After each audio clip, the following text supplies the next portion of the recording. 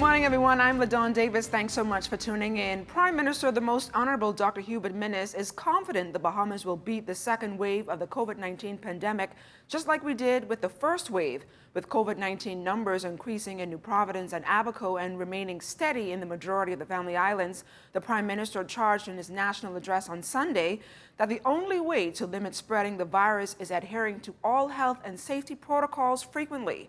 More in this report from Altavis Munnings.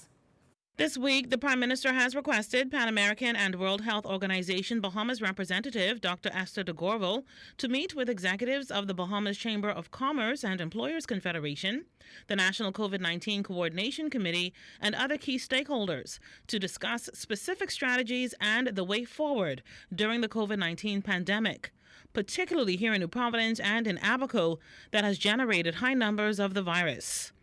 He reiterated that 1 in every 100 New Providence resident is COVID-19 infected. The country is averaging 1 COVID-19 death per day, and medical facilities have reached capacity. Prime Minister Minnis revealed in his national address Sunday that Dr. de Gorville will list suggestions to Cabinet and the opposition in a special meeting in Cabinet on Tuesday. The Prime Minister will then brief the nation on those recommendations, as he's expected to address the House of Assembly on Wednesday. Meanwhile, as health officials brand the business community as the latest COVID-19 hotspot, the Prime Minister made this appeal. I once again ask employers and employees to rigorously follow and to adhere to the workplace guidelines agreed by health officials, the Bahamas Chamber of Commerce and Employers Federation, and other entities. With the numbers remaining high in New Providence, it is important for us to recommit to following the COVID-19 guidelines fully. We must recommit on New Providence to full compliance with the rules because the current elevated numbers of cases is straining our hospital and healthcare systems. The Prime Minister also outlined new guidelines for COVID-19 laboratory testing. All laboratories providing COVID-19 tests will be required to be registered with the Ministry of Health. Each laboratory will be required to meet testing standards established by the Ministry of Health. Laboratories will also be subject to periodic cross-referencing to ensure quality control. Laboratories will be prohibited from administering the COVID-19 RT-PCR test unless the patient provides all identifying particulars required by the case identification form. Laboratories will now be required to turn around test results within a maximum of 48 hours. Prime Minister Minnis also announced that government's unemployment benefit program will continue until December at $45 million, and $10 million has been allocated for the second phase of the National Food Distribution Program that will also end in December. And as government anticipates a full economic rebound from the COVID-19 pandemic, the Prime Minister said that the Economic Recovery Committee presented its executive summary report to Cabinet last week with 163 recommendations and a range of subject areas to spur economic recovery and sustain the country's economic health. Prime Minister concluded his national address by reiterating health and safety protocols to all Bahamians and residents. Wear a mask, wash your hands, sanitize your surroundings, and practice social distancing at all times. I'm Altavis Munnings, ZMS Network News. Thanks.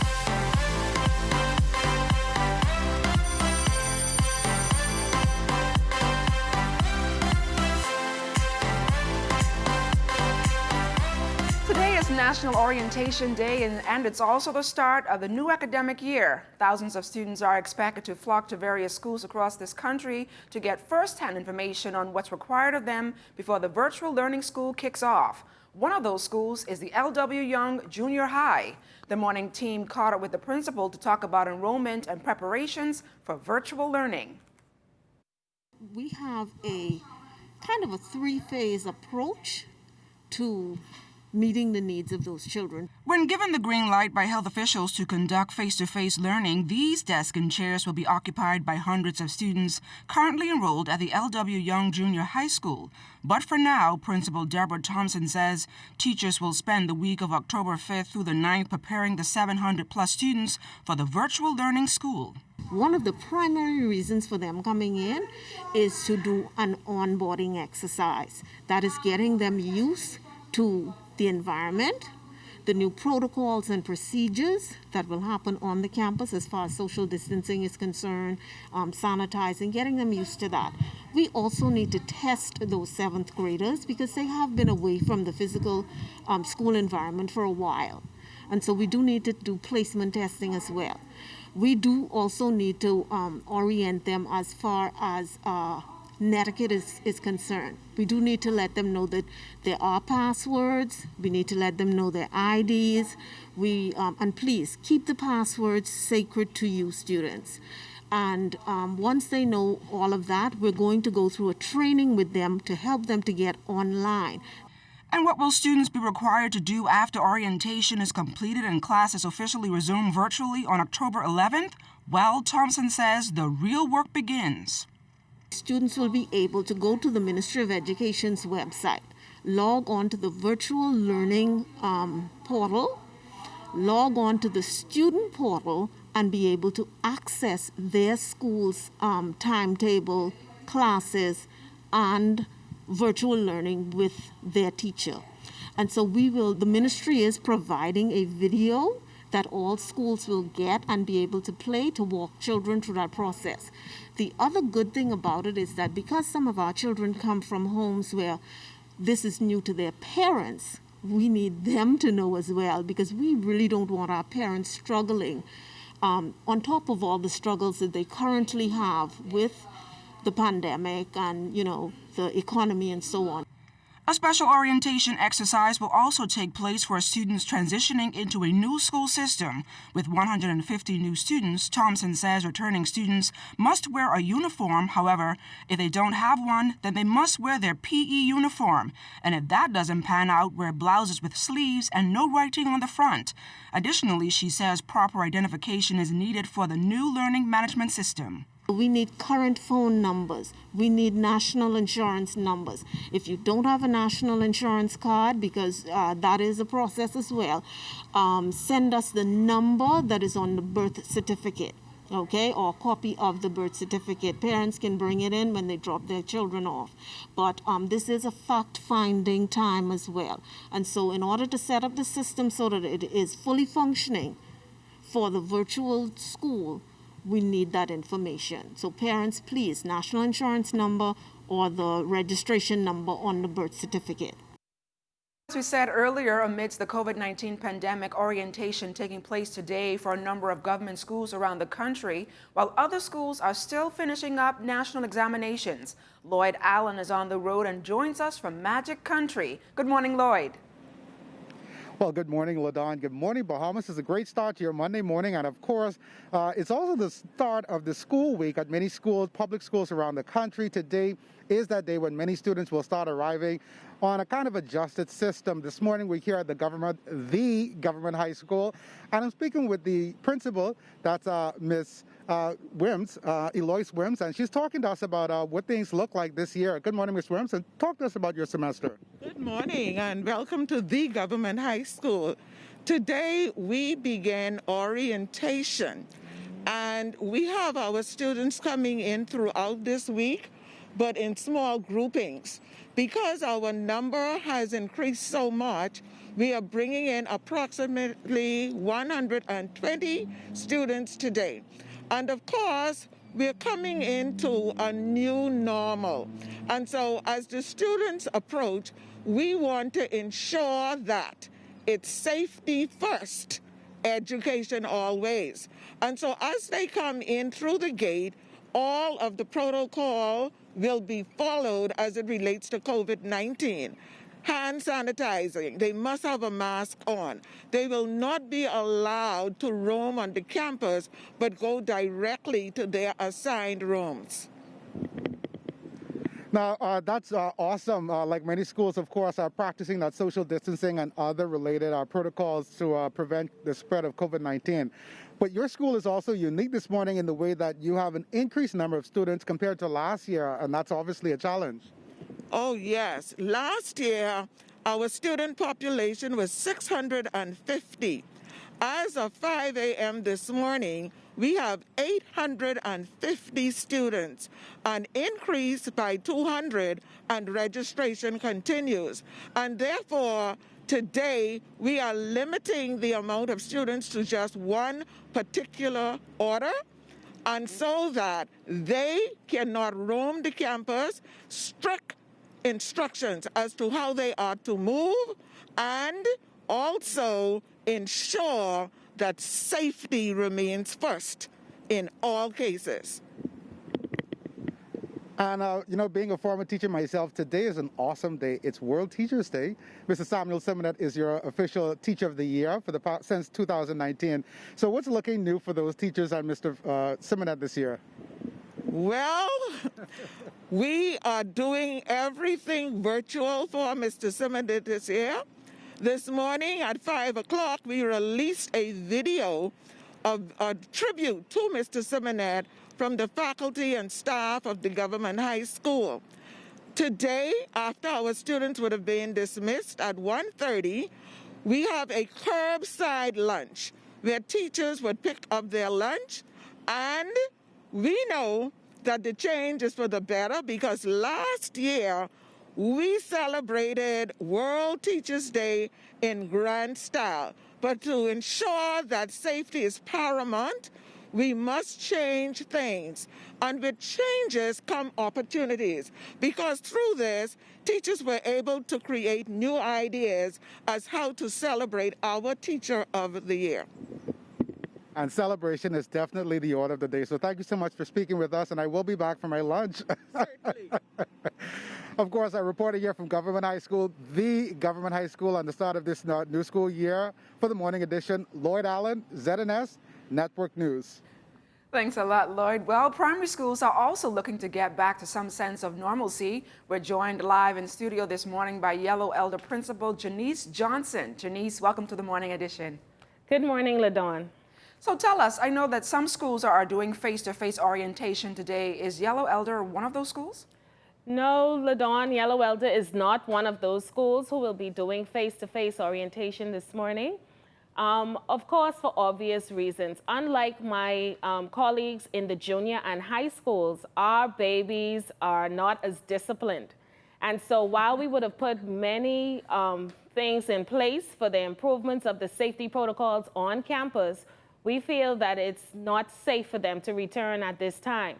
However, what we've put in place is several virtual activities of engaging our parents through a virtual PDA this evening at 6 p.m.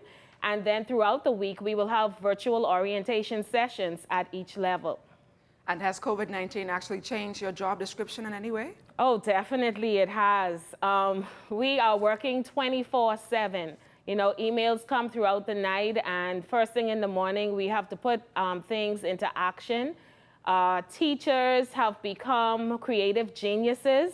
They are creating content videos. They are doing all sorts of interesting and fun things to get our students engaged once they return. We as school leaders, we have to be very flexible and nimble in our approach because, as you know, this COVID-19 is fluid and things change literally overnight. So we have to keep abreast in order to manage our schools effectively. And Ms. Johnson, how many students can you say are expected this year, and are there any new students? At present, we have about 624 students who are expected to return back to Yellow Elder Primary once we get back face-to-face. Last year, we closed the term off with a population of 574, which means, LaDawn, it's obvious that we are having a lot of transfer in students that are coming from the private schools into Yellow Elder Primary this year. And with that large capacity, are there any new teachers? And if so, what areas of study?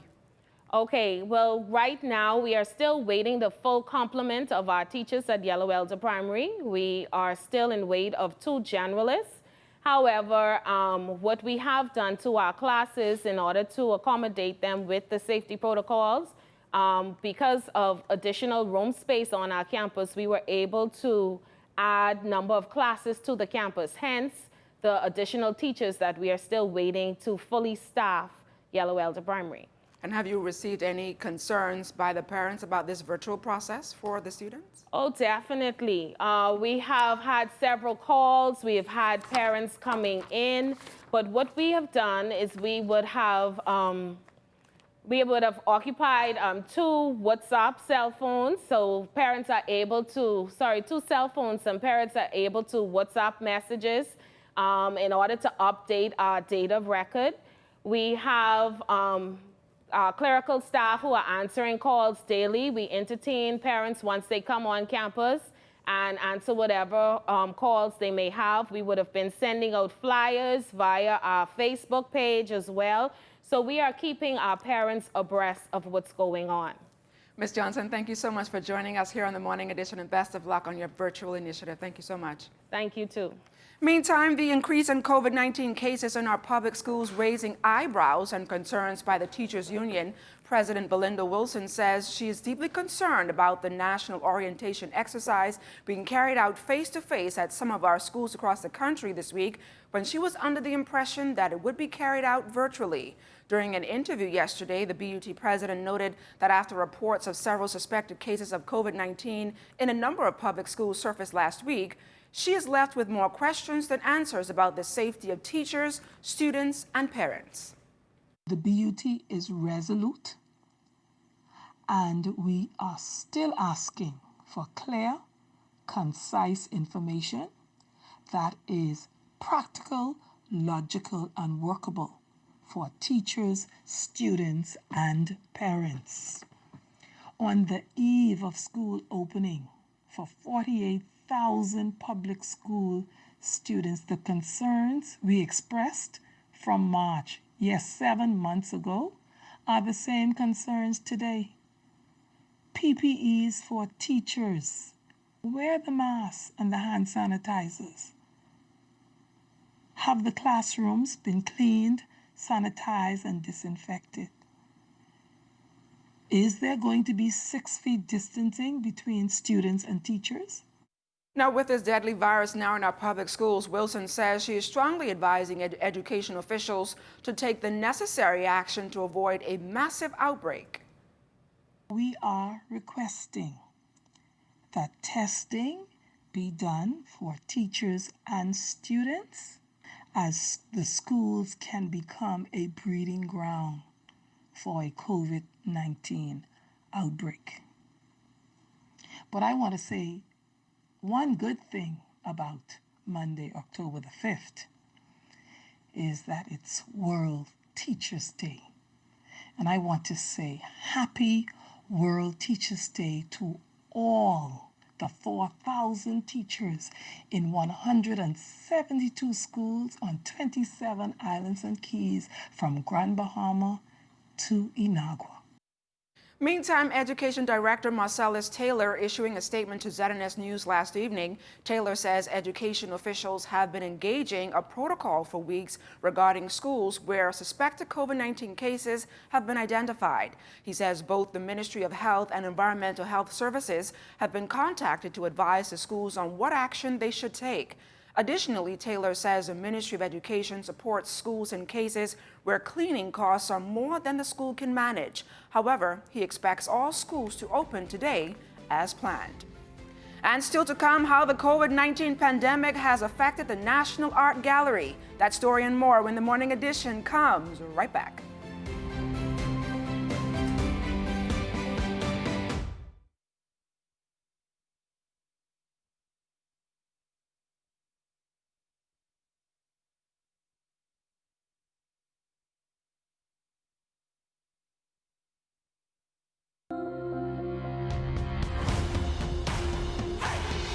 Welcome back. Country representative for the Pan American Health Organization notes plans are in place to build capacity in health facilities with the rise in COVID-19 positive cases. Doctors Hospital has created space as well as the South Beach Clinic and the Cancer Society in Grand Bahama. She said there are attempts to increase bed space, but she calls on the public to take note of the increased cases. But the public needs to look at these trends very seriously. There are several indications of the serious situation that we're facing in the Bahamas. There's the indication of the lack of sufficient clinical capacity. There are reports of the morgues being overcrowded. We are up to 95 deceased persons or more due to COVID in this country. These are really serious indications of a serious impact on the health services as well as individuals. Behind each death, behind each case is a number of persons, family members, and others who are affected by these circumstances. And we also have healthcare workers who have been at the front line of this fight from the beginning. When this first started in March, for the general public, March was the marching orders, but the preparations for the outbreak started in January. Dr. DeGorval said a recent interview adjustments have to be made to live with the virus, but people must adhere to health safety protocols. I think that the time has come for us to recognize that we have to live with this virus. The options for continued shutdowns, really, it has a very bad economic impact on our countries. And Bahamas is not alone in having to make these difficult decisions. The countries in the Caribbean sub-region are all struggling with this issue. Many of our countries are tourism dependent.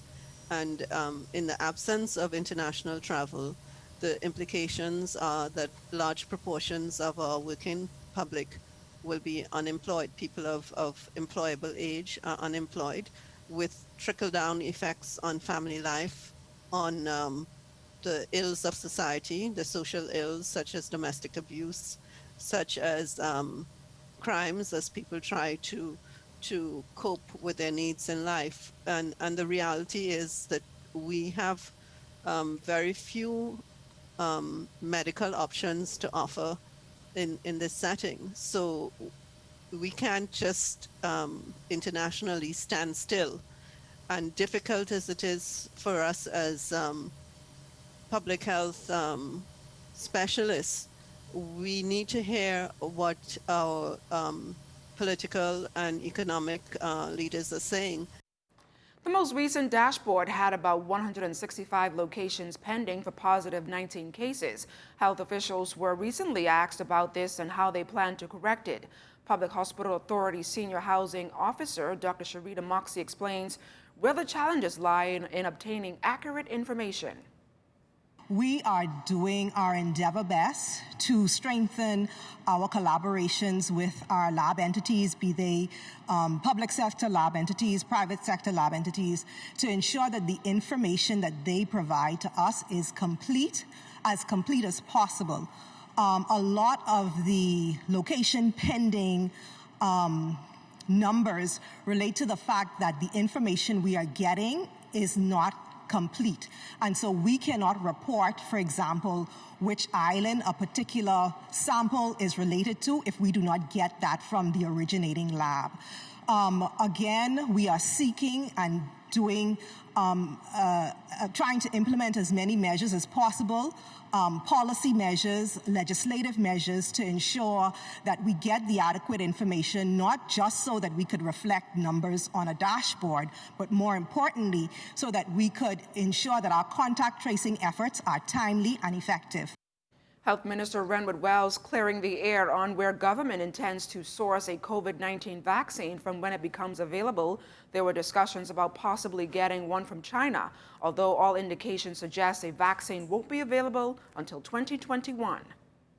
I'm simply going to reiterate the position and policy of the government of the Bahamas. The government of the Bahamas has put a down payment of $250,000 with the World Health Organization to be able to source vaccines through PAHO. We will source the COVID vaccine through PAHO. The COVID-19 pandemic continues to impact the cruise line industry around the world, including the Bahamas. A no-sail order remains in effect for cruise lines sailing from the United States, issued by the Center for the Disease Control to monitor the spread of the virus. Director General of Tourism Joy Gerbilu says her ministry is presently monitoring these developments, and the Bahamas Ministry of Tourism will ensure that all the relevant protocols and procedures are in place when the industry reopens. Date is not known. We know that expectations are high, and curiously, we know that the demand for cruising is very, very high. All the cruise lines are reporting incredible bookings for 2021. So those cruisers who they want to get back, they are not concerned with what's in place. Those protocols are already established for ports of entry, Nassau and Grand Bahama, and we would want to see the controlled return of cruising to Nassau and Grand Bahama as well. Now, the Bahamas is considered the leading cruise ship destination in the world, pumping millions into the local economy. The Director General believes for the Bahamas to maintain its competitive edge within the cruise ship industry, there are several challenges that must be addressed. Looking at overseas repatriation by foreign investors, large tourism enterprises, bringing it back to the linkages. Those are challenges that I'd like to see us address. They present opportunities too, but if we look at it, challenges, aging product. We talked about Bay Street. That stands out, but it's not just Bay Street. That's across the Commonwealth of Bahamas. We've got to look at that, addressing that. Things for people to do when they get to the destination. They desperately want activities. They want to go out. They want nightlife. COVID-19 has dealt a tough blow to the tourism sector and its employees, but there is some good news for those employed at the Atlantis Paradise Island Resort. Our news team managed to obtain a newsletter from Atlantis' President's Managing Director, Audrey Oswell, who issued to staff. Oswell stating the company has secured additional funds that will help to ensure the long-term financial stability of the company. She maintains Atlantis has not been sold, further adding Brookfield remains the owner of the resort. Resort officials also revealing it still does not have a firm reopening date, while telling around 8,000 staff it would be premature to make any of them permanently redundant. Atlantis will also now make partial vacation payments to all temporarily laid off staff beginning on or before October 16th, with this money set to be distributed in monthly installments. The National Art Gallery of the Bahamas giving an update on how the pandemic has impacted the institution. Executive Director Amanda Coulson says that they are operating on rotation with few staff members working at a time and using the period of closure to do upgrades they wouldn't be able to if opened the usual 6 days a week. We don't have tickets for ticket sales anymore. It's impacted our revenue quite seriously. Like every other government agency, we had a large budget cut. And while we're very grateful for what the government does give us, we do rely on sales in the shop, especially foreign tourists, because Bahamians come for free. So we really rely on those tourists. But we've been very lucky in that we have great supporters on island as well. We've received some grants to help us through this time to keep us providing our services. So we do have supporters that are helping us get through, but we're trying to turn it positively. And while we haven't had anybody here, we've really started to pay attention to some internal works that had to get done. We're remodeling the store so that when people come back, there'll be something new and exciting.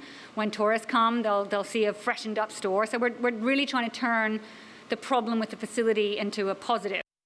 Coulson adds that while they missed the excitement of welcoming guests to the facility and hosting various events, they did not give up on engaging the public, and those at home looking for activities to engage their children can also take advantage of what the National Art Gallery has online. We made all of our programming available online, so our website, www.nagb.org.bs, is full of lesson plans, online summer camp, all of it's free. And we've launched an educators portal. So there's a whole segment of our website which is just for teachers. It's got lesson plans, it's got videos, it's got interviews with artists. So there is so much material there for teachers. And we didn't forget the parents. So we also have a lot of activities for parents. We understand parents are stuck at home with their kids. Coloring books you can download, different kind of lesson plans, again, virtual tours. So we've really just used that asset of the website and Instagram Instagram to reach out and provide all those. So we still provide tours, they're just virtual. It's no secret that the COVID-19 pandemic has engineered a new contingent of entrepreneurs across this country. Residents are finding ways to financially sustain themselves during this time of economic peril. And there's a company that has been helping new and current business owners to stay afloat in these uncertain times. Here's Altavis Munnings. Nowadays, some business owners need more than a university degree or certification to successfully open or sustain their business. Sound professional advice is an added bonus. Rayford and Cindy Williams-Ramming launched Ristopath Business Consultants in 2015. They have 33 years of combined business experience, particularly in the food and beverage industry, and they've been using their expertise to help new and existing domestic and international entrepreneurs in need, especially during COVID-19. Before you put a product out there, you need to do a market feasibility study. Before you know what to ask for from the bank, how much to borrow, you have to have your accountant tell you what the cost and all of that is going to be. So at the end of the day, people are very much wanting this phase to be so successful that even if another COVID came, economically we'll be okay. Plan, prepare, and pursue. Plan what it is you want to do, prepare for it, and then you have to have the ability to pursue it. The Ramming's formula analyzes the strength, weakness, opportunity, and threat of each business to ensure it can be sustainable and profitable. I have two clients who are seamstress, and they use that as an opportunity to sew masks. We have so many people now in the industry with masks. And then, of course, we see people now doing agriculture in their backyard, growing things fresh rather than waiting for the food store to import them. So we've seen a lot of people become very creative. People who would have been, a cashier at a food store now selling candles, makes them at home. I spoke to someone last week who made, I think it was stew fish and stew kong, and in one day, $600. So when you think about that and you probably don't even make that on your regular job, but it shows that we have to now become creative to sustain ourselves. And there are businesses contemplating remaining open or even closing due to the pandemic, who also need professional business advice. You might have a company now that has 100 employees and you might really only need 10. So they just look for strategic ways to downsize to be able to still pay their staff some kind of rate while the business would have been closed or still open but only working with less staff. So while we may not see a lot of businesses opening, while we may not see a lot of tourists in town, we still have these businesses who are seeking advice and looking for a time frame. How should I do it? When should I do it? Why should I do it? And so those are the things that we assist them with. Altavis Munnings, ZNS Network News. Thanks a lot, Alto. Stay close. We've got more right after this. You're watching The Morning Edition.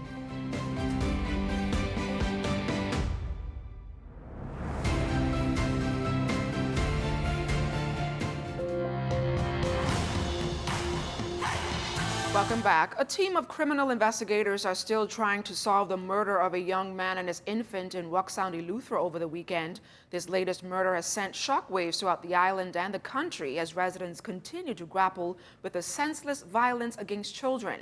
Press Liaison Officer Assistant Superintendent Audley Peters gave the morning team an update on the investigations. The police on the island of Eleuthera were alerted that two persons were found unresponsive on a property in the settlement of Rock Sound. Officers responded, and on their arrival, they discovered the body of an adult male and a juvenile male with injuries. The bodies were later pronounced dead. Officers later received additional information that a white vehicle with two children were missing. Detectives from the Criminal Investigations Department in New Providence were dispatched to the island of Eleuthera immediately. A short time after their arrival, the investigator discovered a white vehicle through a dirt road north of Rock Sound with two infants. They were unharmed. Peters later gave this strong appeal to Eleuthera residents. Police have taken a number of persons into custody in connection with this matter. The police are appealing to members of the public who may have any information that could assist with this investigation, in particular the residents of Eleuthera, to contact 919 911, Crime Stoppers, or any police station on the island of Eleuthera. Police discovering the charred remains of a male found in a building destroyed by fire on Meadow and Finlayson Street late Saturday night. Firefighters rushed to the scene of the structural blaze. When they arrived, they extinguished the flames that engulfed the single-story, two-room structure. On examining the interior of the structure, they found the charred remains of a male within the structure. At this time, we're not able to identify that individual, and we do not know the cause of the fire. And it's time for a look at your Monday morning traffic commute. Lloyd Allen and the Morning Edition traffic team is standing by. The traffic report is sponsored by Bahamas First. First in insurance, today, tomorrow. Wow. Either that means I could be getting beats on this road, or it's done a couple like some very serious prayers and say, Lord, that people drive right. We're having some difficulties there. Meanwhile, ZNS News has learned that former Assistant Commissioner of Police Willard Cunningham passed away on Sunday. Cunningham joined the police force in 1971 and worked in several Family Island districts that resulted in his appointment as Chief Superintendent of the Family Islands. Cunningham was appointed Assistant Police Commissioner in 2010. He was awarded the Police Long Service, Good Conduct, and the Meritorious Awards and received the Queen's Police Medal in 2008. Continuing with our series of outstanding officers of the Royal Bahamas Defense Force, this Marine over the past 28 years has pushed boundaries as a woman and Christian, doing her part to protect and serve. Here's Lloyd Allen. My name is Eunice Roll. I'm a petty officer, and I am in the welfare section of the Royal Bahamas Defense Force. Breaking the mold. When she started as a junior Marine 28 years ago, building a top-notch career was the furthest thing from her mind. As cliche as it may seem, she was just like any other new recruit, fresh out of high school and still unsure of the future. Was a bit aggressive, loved playing ball, any type of sport, and was very energetic. I was always excited. One of the passions that I always had from growing up was singing. But that unhinged aggression was soon unleashed after her brother convinced her to join the organization. He was already a part of the military. And so one of the things he told me that, you won't be able to handle this. And I love challenges from I was a child. And so I said, I can do this. Petty officer role over the years grew in the RBDF, getting a well-rounded stint in a number of key departments, including administration and the Commando Squadron. Back then it was called the Military Operations Platoon, which we call MOP. I was a part of that particular department for about 13 years, but in that department I worked at the detention center, I worked at Government House, I worked at Port Security. Having worked in a number of other areas, Petty Officer role is currently attached to the Welfare Unit, which is charged with bringing wholesome to officers' body, mind, and spirit. But beyond work, Rose says her greatest joy has and will forever be her gift of singing. Singing is life to me. Singing is life to me. I've been singing all my life. I think the first time I went on a stage to sing, I was about 11 years old. And at that time, I was also a junior national player. A fitting song to a stellar officer, Eunice Roll tops off with a rendition of Amazing Grace. Now I know just why Christ came to love me so. He looked beyond all my fault and saw my need.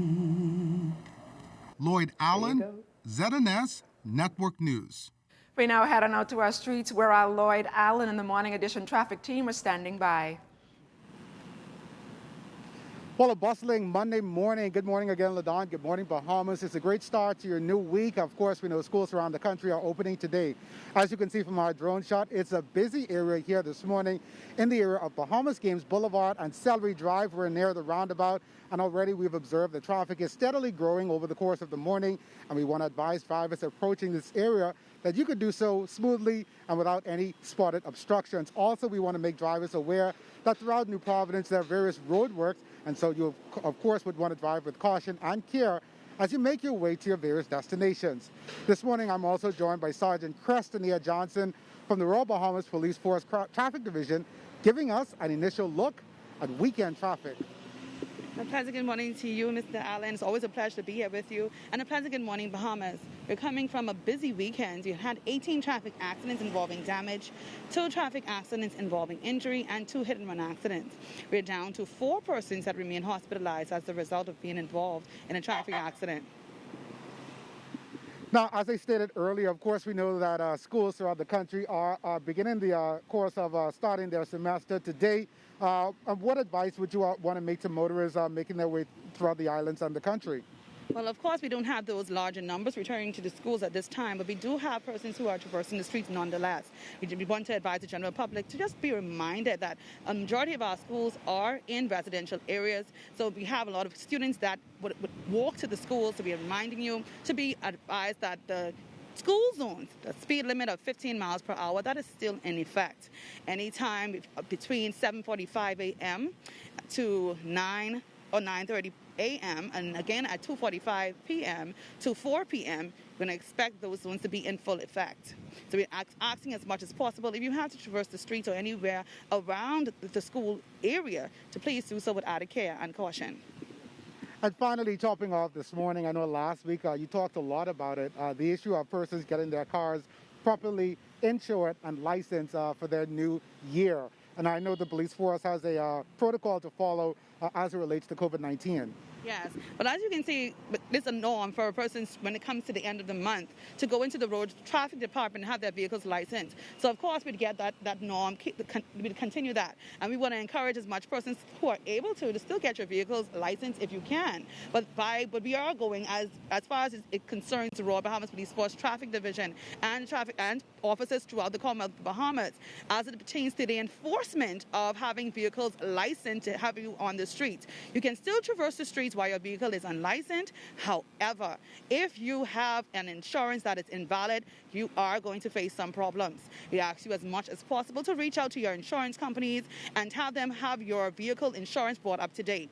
We ask as much as possible for you to keep your driver's license, whether it's invalid or the time has passed or not. Keep it on your person, because there are going to be a number of stop and search initiatives conducted by the Royal Bahamas Police Force.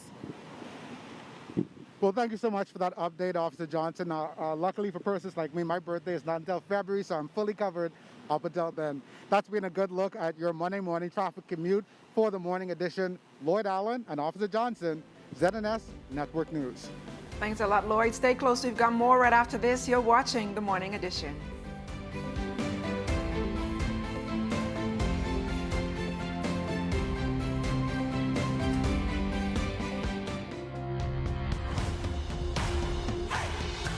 Well, now that many gyms have reopened, people are looking to get back in the saddle of working out their favorite venues. However, if you don't feel up to the challenge yet, our Crystal Darling has some advice for you in this week's Health Beat. Gyms are a safe space to exercise and improve one's health. Fitness trainer and founder of MacFit 360, Jimmy Mackey, explains why making use of gym equipment is ideal for those making their gym debut. Proper exercise routines are also necessary. I usually just recommend the selectorized equipment because it's basically a stationary machine where the padding and everything needs to be where it needs to be for somebody who wants to do upper body. It keeps you in a more stable position as to using free weights where you're unstable. You know, a lot of people are deconditioned. Your heart is not getting the circulation and the blood flow it needs. You know, your joints, as we age, we lose bone density, we lose muscle. And all this does is kind of slow that process down. And that's why it's so important for persons with chronic illnesses, diabetes, heart disease, the #1 killer of all. That's going to avoid you from seeing doctors and paying medication bills for the rest of your life. Going to the gym is a bit of a challenge for me too. However, Mackey suggests a dynamic workout for newcomers and recommends the elliptical. He adds that starting off with simple equipment, adjusting the equipment, and your posture is all you need to keep in mind during the process. So you want to get acclimated and comfortable with the machine. Press that go button right here, and then you just drive those legs and just move. Just up and then down? you can place your arm anywhere that you're comfortable. Where would you recommend? It's up to you. Okay. So for me, Where do my I reach get- is a little longer, so you know I'd probably go a little higher. But for Okay. you, to the sides. Okay. Yeah, there you go. Wow, And then it once you feels press good. that go button, and there you go. So what I normally recommend for clients when they first come in, hey, jump on an elliptical, a treadmill, a stair climber, a bike, 5 to 10 minutes to get you going. You know, it kind of warm up the nervous system. So once you start lifting the weights in the gym, then everything is ready, your joints are lubed up and good to go. Okay, good. Yeah, Good. so That's you cool. spend a few minutes. If you start to feel like, hey man, this is too much, then you could always crank it down a little bit, go a little slower. If the machine is too much, then change the machine. You could go on a recumbent bike, an upright bike, or even the treadmill over there and just go for a walk. So for somebody who's just starting out, hey, I usually recommend them hiring a trainer. Hire a trainer for maybe a month or two, kind of get the swing of things, how you do things, and after that, you can be a free bird in the gym. Next, we did a chest press, upper back row, leg extensions, and for additional routines, you can try knee lifts, leg ups, and a hamstring shuffle. Don't worry, it's much easier than it sounds. And you feel great once you're done. Turns out you don't have to be a pro athlete to feel comfortable in the gym. Just start from where you are and build on it. Crystal Darling, ZNS Network News. Thanks a lot, Crystal. And it's time now for your Monday workout session with Natasha Brown. Come on down, Natasha Brown has got you with the ultimate fitness. Hi, welcome to another dynamic session with Downtown. Today, you may be feeling achy and tired. Your desire is very low. You're feeling weak. But can I tell you, these are the days that champions look for because they still got to show up and make it happen. I'm talking to you and then I'm talking to me. So let's get right into this 5-hit routine where all you need is just you and mental toughness. Let's get right into it.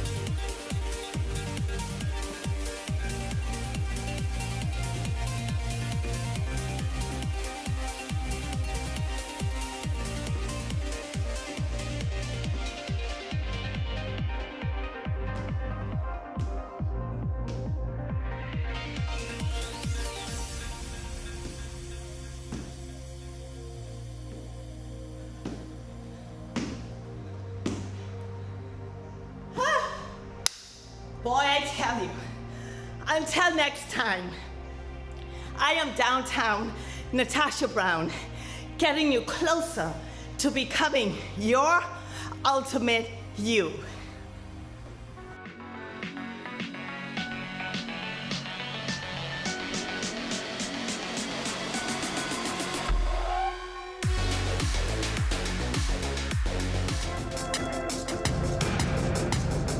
Here's our weather forecast this morning in the general situation. A high-pressure ridge continues to build while tropical moisture streams across the area, enhancing convective activity through tonight. There remains the risk of rip currents, especially along the eastern and southern shorelines for all islands. Now across the country, weather partly sunny, hot and breezy, with isolated showers and a few possible thunderstorms becoming variably cloudy and breezy with a few passing showers or thunderstorms tonight.